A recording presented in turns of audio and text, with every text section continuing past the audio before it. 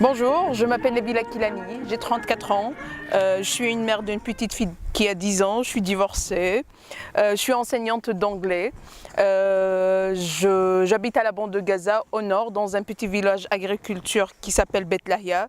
Déjà les plus bonnes fraises du monde entier viennent de mon village, voilà.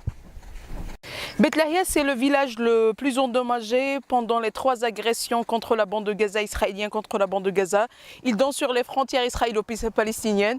Voilà, on voit les frontières là-bas. C'est le côté israélien, les territoires occupés. Et voilà. Pendant les 3 agressions, Beit Lahia a subi les attaques les plus sauvages contre l'existence palestinienne sur cette terre. Beit Lahia était connu aussi par un certain type, genre de pommes, mais malheureusement tous les champs de pommes étaient rasés pendant les 3 agressions successives. Et du coup, il nous reste le produit le plus fameux qui est les fraises. Et aussi, Beit Lahia est très connu par les fleurs. C'est un endroit où on cultive beaucoup de fleurs. Et qu'est-ce que je peux ajouter pour Beit Lahia? Beit Lahia, c'est un endroit où plus que 80% d'hommes responsables de famille travaillaient à l'époque à l'intérieur de la ligne verte. Alors après la deuxième intifada de l'Aqsa, d'où la fermeture de passage vers la ligne verte, les familles se trouvaient sans revenus, sans salaire, ce qui fait ils sont devenus après 16 ans des gens pauvres. Malgré qu'ils touchaient beaucoup d'argent, maintenant ils sont pauvres. Et là, dans un village qui a une culture si rurale, l'éducation ne joue pas un rôle très important. Déjà, on trouve que toujours les enfants qui travaillent dans les champs sont se concentrer sur leur éducation et leur avenir.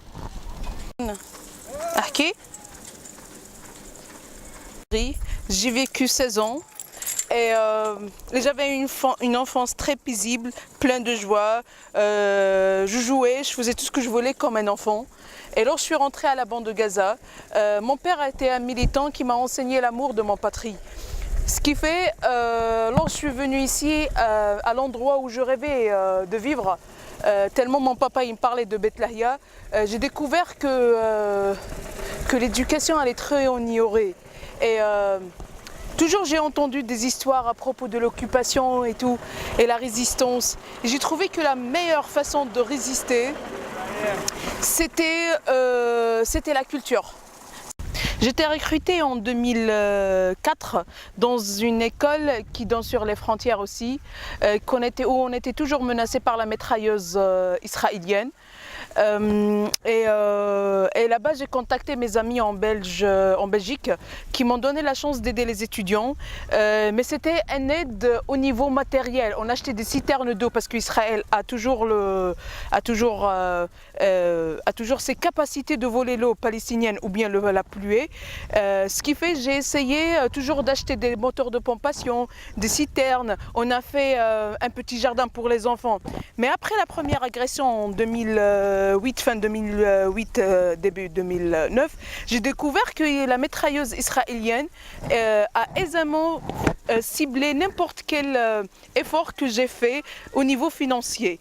Alors je me suis dit, comment pourrais-je avoir une façon d'aider le peuple palestinien, même si je me concentre sur Beit Lahia, d'une façon qui sera durable et qui garantit que les aides qui viennent à travers des gens solidaires vont donner des résultats préprogrammés et durables aussi.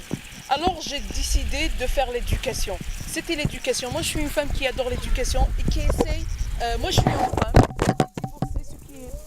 femme divorcée, qui vit dans un village, c'est rural, c'est agriculture, où la culture masculine domine. Ce n'était pas facile de prendre le pas et de commencer un petit projet comme un centre éducatif pour les enfants. Premièrement parce que j'avais un problème qui est la culture qui de convaincre les femmes de laisser les enfants qui travaillent pas, qui ne travaillent pas dans les champs et qui viennent pour qu'ils soient éduqués. Ça, c'est premièrement. Deuxièmement, sortir le matin, fabriquer des trucs avec mes propres mains, c'était pas quelque chose de trop acceptable et favorable. Mais Dieu merci, j'avais un papa qui me soutenait et qui me disait que je suis la rebelle de Beth Lahia. Et il croyait toujours à l'éducation et la culture.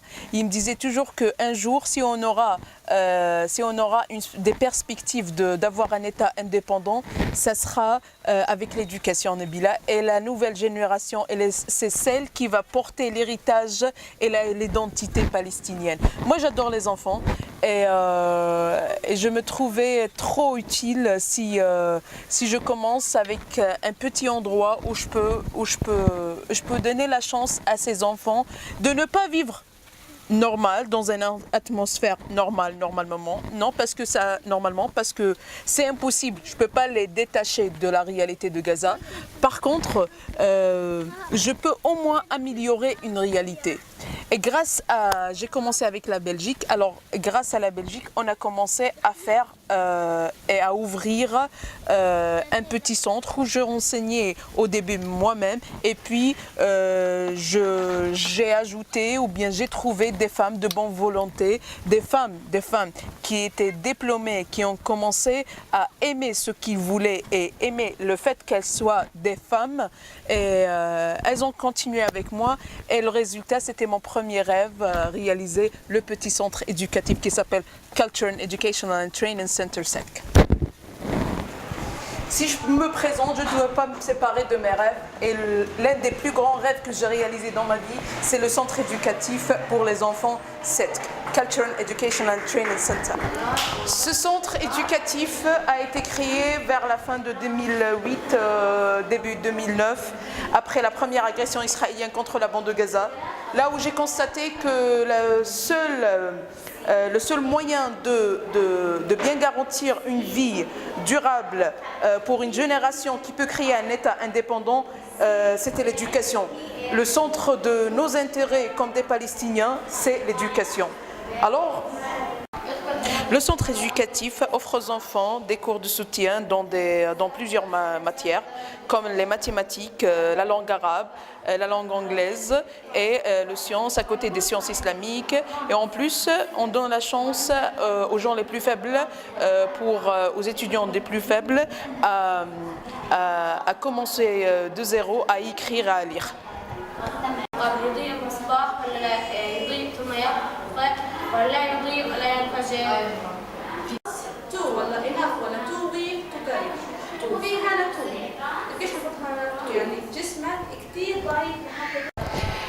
Et j'avais un petit rêve aussi, était de créer une bibliothèque pleine de couleurs pour les enfants. Parce que j'aimerais bien que les enfants lisent, parce que c'est leur seul moyen de voyager dans le monde entier sans qu'ils se déplacent. Parce qu'ils ne peuvent pas en fait se déplacer à cause du siège. Et voilà, alors avec l'aide des Belges, notre chère Anne-Marie Najjar, on est en train de créer, c'est la première phase de la construction de notre bibliothèque. En parallèle de la bibliothèque, j'ai pensé qu'une salle d'informatique qui sera connectée à Internet peut donner aussi une chance aux enfants de connaître le monde entier et de franchir les frontières géographiques. Et c'est une façon de développer les méthodologies de l'enseignement chez les enfants.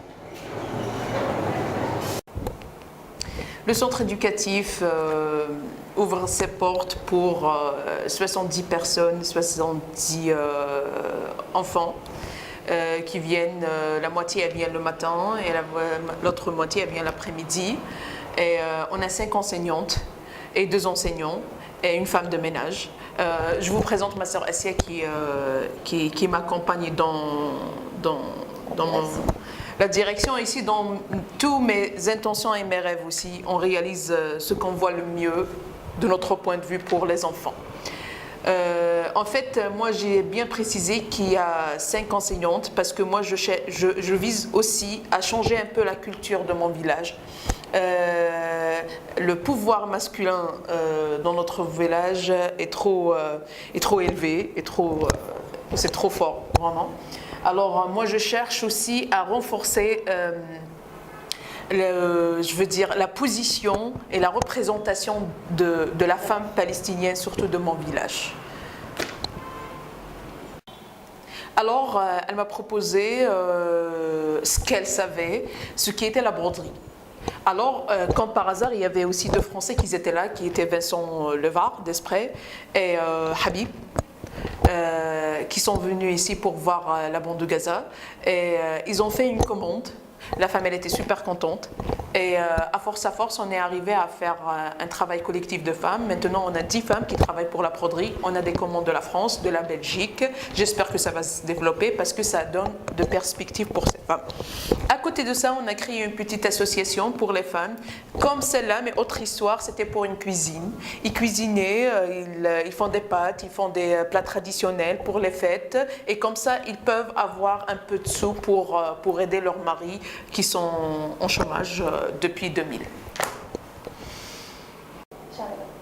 À la base, on a commencé par les enfants. Et après, à force, les femmes, les mères, qui venaient pour voir le développement de niveau de leur et suivre le développement de niveau de ces enfants dans les réunions qu'on mène mensuellement pour qu'ils sachent et pour qu'ils comprennent l'importance du rôle de ce centre. Là, il y a une femme qui m'a demandé soudainement si elle peut travailler avec nous. Et moi, je n'avais pas de problème, mais le problème qu'elle n'avait pas une éducation, qu'elle n'était pas éduquée. Alors elle me disait, bon, ça, je dois ajouter un point, qu'après la deuxième intifada, l'intifada al-Aqsa de 2000, les frontières entre les territoires occupés et Gaza étaient fermées. Ce qui fait que les pères des familles, les ouvriers qui travaillent ici à Beit Lahia, plus que 80% des familles, les responsables des familles travaillaient à l'intérieur de la ligne verte, qui veut dire les territoires occupés. Ce qui fait après cette fermeture, ça fait plus que 16 ans, ils n'ont pas d'argent. Personne n'a des revenus.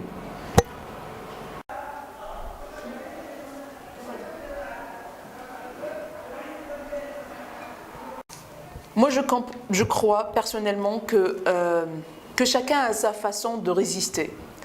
Et résister, c'est de bien vivre en fait. Moi, j'avais une enfance paisible, pleine de joie. Et alors, je suis venue ici et j'ai remarqué que les enfants ont perdu le moindre de respect pour leur enfance et droit. Voilà. Alors, j'ai décidé, ou je rêve encore, parce que c'est le début de mon centre, malgré que ça fait longtemps, mais on progresse un peu lentement parce que c'est pas facile de trouver de donations pour un projet pareil. Mais moi, j'insiste. C'est la résistance que je mène et dont je rêve et qui garantit l'existence palestinienne et l'identité palestinienne qui peut ne jamais être effacée, c'est l'éducation. Et l'éducation chez les enfants, c'est la base de mon rêve et de mon état dont je rêve en fait. Voilà, on a créé ce centre pour créer une atmosphère un peu qui est une ambiance qui peut donner de la chance, d'éducation et de joie et qui donne un peu de droit aux enfants, comme jouer, voir le monde, avoir de la technologie, un endroit un peu paisible, plein de paix, plein de sain, qui peut fournir aussi un peu de bien-être pour les enfants, ainsi que pour les gens qui travaillent ici. Et juste un truc que je dois ajouter, le fait de voir les enfants comme ça me donne une envie de vivre et de ne jamais quitter Gaza. Voilà. C'est vrai que pendant toute ma vie à Gaza, j'ai pensé à l'éducation comme priorité. Mais pendant les 3 agressions successives contre la bande de Gaza, où j'ai constaté, où chaque personne normale peut constater que la vise israélienne c'était et sera toujours de détruire l'existence palestinienne, je me suis trouvée obligée de travailler dans le domaine de sécurité humanitaire où on relogeait des gens, où on aidait les hôpitaux, où on essayait de trouver d'héberger des gens dont les maisons étaient détruites. Lorsque je parle de ces agressions, il y a des images qui sautent devant mes yeux que je ne vais jamais les oublier. Des gens amputés à l'hôpital Shifa, lorsque j'ai travaillé aussi avec l'association Orléans-Palestine, Iftar de Gaza, Omma Solidarité, et plusieurs, et avec la Belgique aussi, l'association belgo-palestinienne. J'ai vu des enfants déchirés, des cadavres, j'ai vu des femmes pleurant leurs enfants. J'ai cru que j'aurais jamais à avoir une vie normale après. Mais le truc et la beauté de la bande de Gaza et de la résistance de vie de la bande de Gaza reste toujours qui m'ont enseigné d'apprécier et donner une valeur à chaque moment que je vis. Parce que la vie à Gaza a un secret, moi j'appelle ça un secret. Après la destruction, directement, tu trouves les gens, on trouve toujours les gens qui ont besoin de recommencer leur vie. On trouve les gens qui sourient, même les gens qui ont perdu des enfants. Ils commencent à éduquer les enfants qu'ils ont. Ils n'oublient pas leurs enfants, ça reste. Mais c'était jamais un point de la fin. C'était toujours, il y a un commencement. La bande de Gaza a un secret que je défie le monde entier d'avoir un secret comme celui de la bande de Gaza. La résistance de paix, l'appartenance à cette terre, la croyance à cette cause m'a donné la chance d'être la Nabila, que j'aurais jamais eu cette personnalité ou bien ce caractère loin de la bande de Gaza. Voilà ce que je peux dire. Lorsqu'ils m'ont demandé de me présenter, je ne peux pas me séparer de la bande de Gaza. Je ne peux pas me séparer des agressions, de malheur qui peut me donner,